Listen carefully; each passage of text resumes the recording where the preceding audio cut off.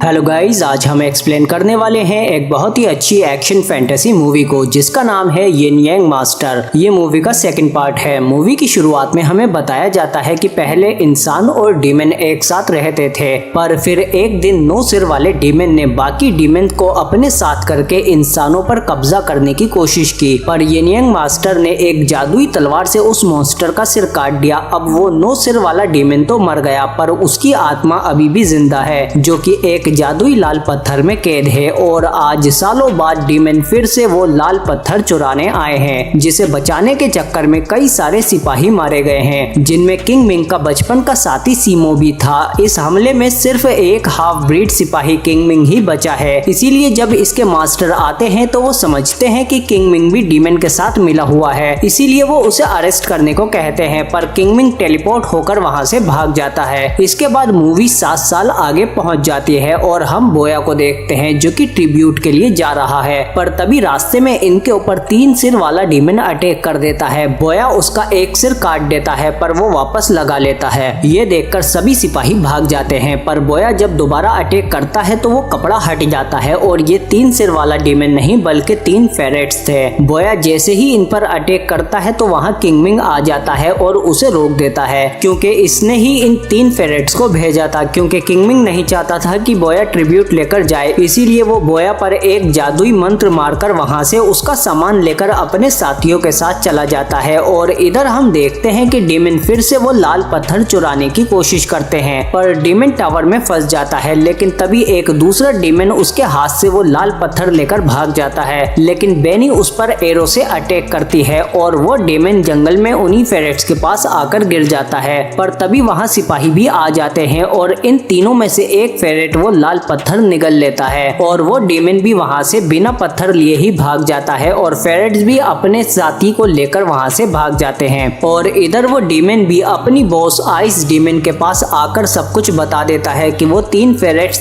Stone लेकर भाग गए जो कि किंग मिंग के साथी हैं, पर नाकाम होने पर आइस डीमन उसे बर्फ से जमा देती है और फिर उसका एक दूसरा साथी जिसका सिर्फ एक ही हाथ दिखाई देता है वो आकर इस डीमन का गला काट देता है। इधर वो 3 फेरेट्स किंग मिंग के पास आते हैं और उसे बताते हैं कि इसने जंगल में कुछ निगल लिया है जिसकी वजह से इसकी तबीयत खराब हो गई। किंग मिंग जब उसे चेक करता है तो फेरेट्स के मुंह से ब्लैक मैजिक निकलता है और किंग मिंग एक हेलोसिनेशन में चला जाता है, जहां उसे 9 सिर वाले डीमन की आत्मा मिलती है, क्योंकि वो इस जादुई लाल पत्थर में कैद है। पर किंग मिंग उस हेलोसिनेशन से निकल जाता है और फिर किंग मिंग उस फेरेट को एक रूम में बंद करके उसे मंत्र से सील कर देता है, क्योंकि ये समझ चुका है कि ये वही जादुई लाल पत्थर है। इसीलिए किंग मिंग उस जादुई तलवार को ढूंढने के लिए चला जाता है, जिससे पहले यिन यांग मास्टर ने उस 9 सिर वाले डीमन को कैद किया था। इधर राज्य में अधिकारी बेनी को बताते हैं कि वो लाल पत्थर किंग मिंग के फेरेट के पास है। इधर बोया के सीनियर भी उससे कहते हैं कि तुम्हें 3 दिन के अंदर किंग मिंग से चुराया हुआ सामान वापस लाना होगा। इसीलिए बोया भी किंग मिंग को ढूंढने के लिए चला जाता है और फिर वो शैनल के पास आता है जो डीमन और इंसानों के रास्ते के बारे में जानती है। बोया किंग मिंग का स्मेल दिखाता है जो कि उसने इस पर इस्तेमाल किया था, इसीलिए तुम मेरी उसे ढूंढने में मदद करो और मैं तुम्हारी मदद करूंगा। शैनल मान जाती है और वो बोया को एक डीमन रियल्म के दरवाजे पर ले आती है और जब ये अंदर जाते हैं तो अंदर इन्हें कोई ब्रिज नहीं मिलता, इसीलिए शैनल एक मंत्र पढ़ती है जिससे ब्रिज सामने आ जाता है और फिर ये दोनों डीमन रियल्म यानी डीमन की दुनिया में चले जाते हैं और फिर अंदर रेड टावर पर आ जाते हैं, जहाँ अक्सर किंग मिंग बिजनेस के लिए आता रहता था। इसीलिए ये दोनों यहाँ किंग मिंग को ढूंढने में लग जाते हैं और कुछ देर बाद ही किंग मिंग इन्हें मिल जाता है। बोया किंग मिंग को पकड़ने की कोशिश करता है, पर किंग मिंग उस पर एक मंत्र पढ़कर वहाँ से अंदर चला जाता है और वहाँ उसे पोर्ट मास्टर मिलते हैं जो कि एक फिश डीमन है और किंग मिंग इनसे वो जादुई तलवार के बारे में पूछता है जिससे ये उस 9 सिर वाले मॉन्स्टर को मार सके, पर पोर्ट मास्टर उसे वो तलवार देने से मना कर देते हैं क्योंकि वो बहुत ही पावरफुल वेपन है। पर किंग मिंग उनसे रिक्वेस्ट करता है और कहता है कि मैं आपको 2 इंसानों की लाइफ भी दूंगा, जिस पर पोर्ट मास्टर मान जाते हैं और किंग मिंग 2 लाइफ के बदले में बोया और शैनल को दे देता है। पोर्ट मास्टर इन्हें एक फाइट एरिना में उतार देते हैं जहां बोया को एक डीमन से लड़ना है जिस पर लोग पैसा लगाएंगे और इन्होंने शैनल को भी बंदी बना लिया है। और फिर मैदान में वो रेड डीमन भी आ जाता है, पर ये साइज में काफी छोटा है और फाइट शुरू होने पर बोया इसे बहुत ही बुरी तरह से मारता है है, पर बोया इसे जितना मारता जाता है ये साइज में उतना ही बड़ा होता जाता है और यही वजह है कि रेड डेमन हर फाइट में जीतता है। इसके बाद रेड डेमन बोया से खिलौने की तरह खेलने लगता है और हम देखते हैं कि किंग मिंग एक पेपर पर मंत्र पढ़कर बोया के पास भेजता है और खुद पोर्ट मास्टर के साथ वो जादुई तलवार लेने के लिए आ जाता है और फिर आखिरकार किंग मिंग के हाथ वो जादुई तलवार लग जाती है। इधर किंग मिंग का मंत्र वाला पेपर रेड डेमन के पैर के नीचे आ जाता है,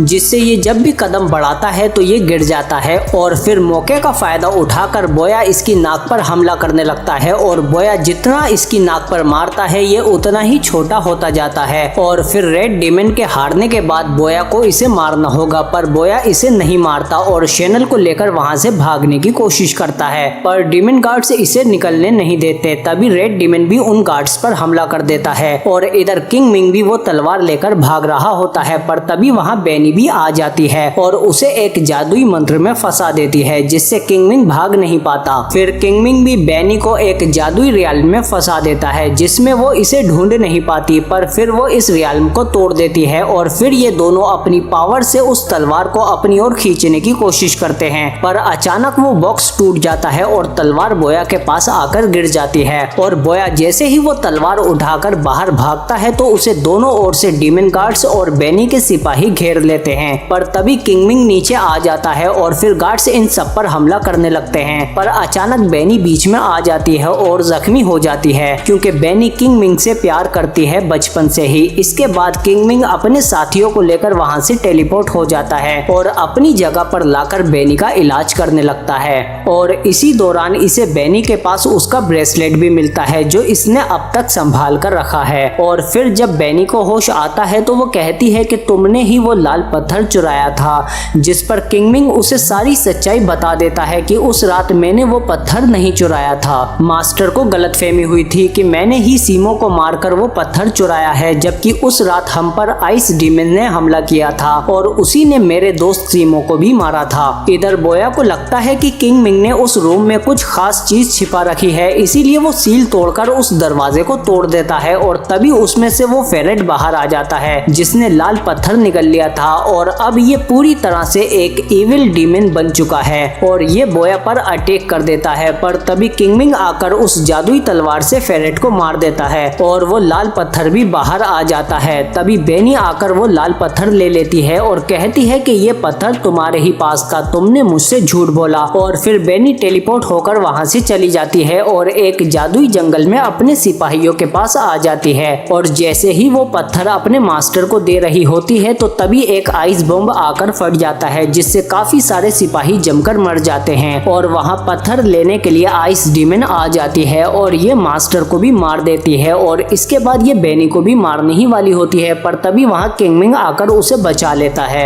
आइस डीमन किंग मिंग से कहती है कि अगर तुम हमारे साथ हो जाओ तो हमारे मास्टर तुम्हें हर वो चीज देंगे जो तुम चाहते हो। ये सुनते ही किंग मिंग को पता चल जाता है कि आइस डीमन के ऊपर भी कोई और डीमन है। तभी हम उस हाथ को देखते हैं जो कि बेनी का गला पकड़ लेता है। इधर आइस डीमन भी किंग मिंग पर अटैक कर देती है, पर तभी किंग मिंग एक तेज हमले से उसकी गर्दन काट देता है और अपने दोस्त सीमो की मौत का बदला ले लेता है, पर मरने से पहले आइस डीमन बताती है कि हमारे मास्टर कोई और नहीं बल्कि सीमो है। तभी हम उस हाथ वाले डीमन को देखते हैं जो कि सीमो का ही हाथ था और इसी ने वो पत्थर चुराने की प्लानिंग की थी और फिर सीमो वो लाल पत्थर लेकर अपने सीने में लगा लेता है और खुद एक इविल डीमन में बदल जाता है और फिर इविल रियल में जाकर सभी डीमंस को इविल डीमन में बदल देता है और उन्हें इंसानों पर अटैक करने को कहता है ताकि ये इंसानों की दुनिया पर भी कब्जा कर सके। इधर किंग मिंग के सभी डीमंस को एक मंत्र नोट दिया जाता है जिससे सीमो इन्हें इविल डीमन में नहीं बदल पाता। इधर जब किंग मिंग सीमो के पास आता है तो सीमो उसे सब कुछ बताता है कि 7 साल पहले कैसे उसका हाथ कटा जब वो पत्थर चुराने की कोशिश कर रहा था। मेरा हाथ आइस डीमन ने काटा था और तुम्हें चकमा देकर उसने मुझे बिना मारे ही ये तुम्हें यकीन दिला दिया कि मैं मर चुका हूँ और फिर हम दोनों वहाँ से निकल गए और मेरा वो हाथ भी जिंदा रहा। पर तभी किंग मिंग उस पर अटैक कर देता है और उसके सीने में वो जादुई तलवार घुसा देता है, पर उस जादुई लाल पत्थर की वजह से सीमो पर तलवार का कोई असर नहीं हो पाता और तलवार भी टूटकर बिखर जाती है और फिर सीमो किंग मिंग को मारने लगता है।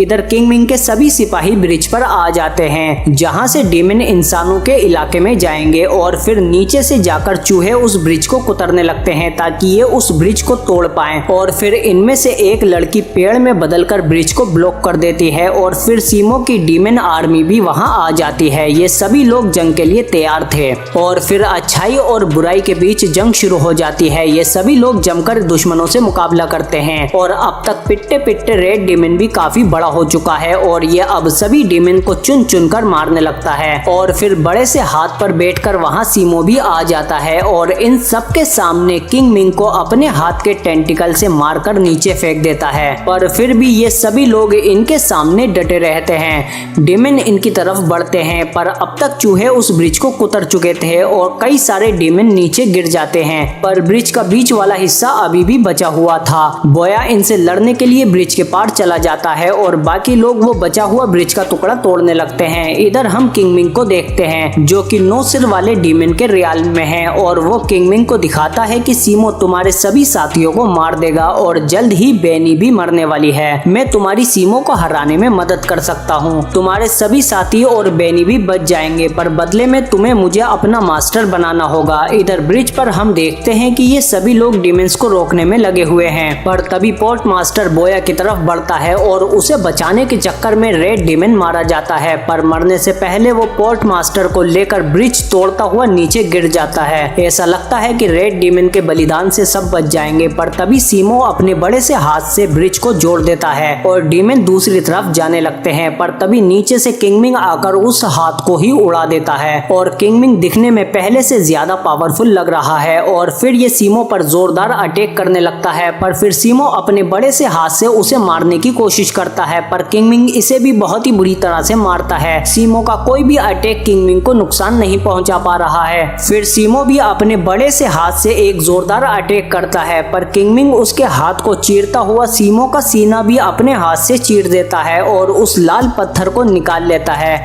जिसके बाद सीमो भी राख बनकर खत्म हो जाता है और इधर बेनी भी ठीक हो जाती है। और फिर किंग मिंग उसके सामने ही वो लाल पत्थर तोड़ देता है और फिर खुद डीमन रियाल में यानी डीमन की दुनिया में जाने लगता है। तभी हमें फ्लैशबैक में दिखाया जाता है कि बाकियों को बचाने के लिए किंग मिंग ने उस 9 सिर वाले डीमन को अपना मास्टर बना लिया था और फिर आजाद होने के लिए डीमन किंग मिंग के साथ जुड़ गया। पर फिर किंग मिंग ने खुद को मारने की धमकी दी कि अगर मैंने सुसाइड कर ली तो तुम कभी भी बाहर नहीं आ पाओगे और फिर उसने वो लाल पत्थर भी डिस्ट्रॉय कर दिया। इसीलिए अब वो 9 सिर वाला डीमन किंग मिंग की मर्जी के बिना बाहर नहीं आ सकता। पर बदले में किंग मिंग को भी इंसानों को छोड़कर डीमन रियाल में यानी कि डीमन की दुनिया में रहना होगा। इसीलिए किंग मिंग अब वापस अपने लोगों के बीच नहीं आ सकता। इसी के साथ ये मूवी यहीं खत्म हो जाती है। आप कमेंट करके बताओगे आपको ये मूवी कैसी लगी। अगर वीडियो अच्छी लगी तो लाइक करो उसे और सब्सक्राइब करो हमारे चैनल को, बेल आइकन दबा के नोटिफिकेशन ऑल पे भी क्लिक करो ताकि और भी अच्छी वीडियो मिलते रहे तुमको। इसके अलावा एंड स्क्रीन में मिल जाएंगे और वीडियो भी, ये चैनल में भी जाकर देख सकते हो। हम मिलते हैं आपसे अगली वीडियो में।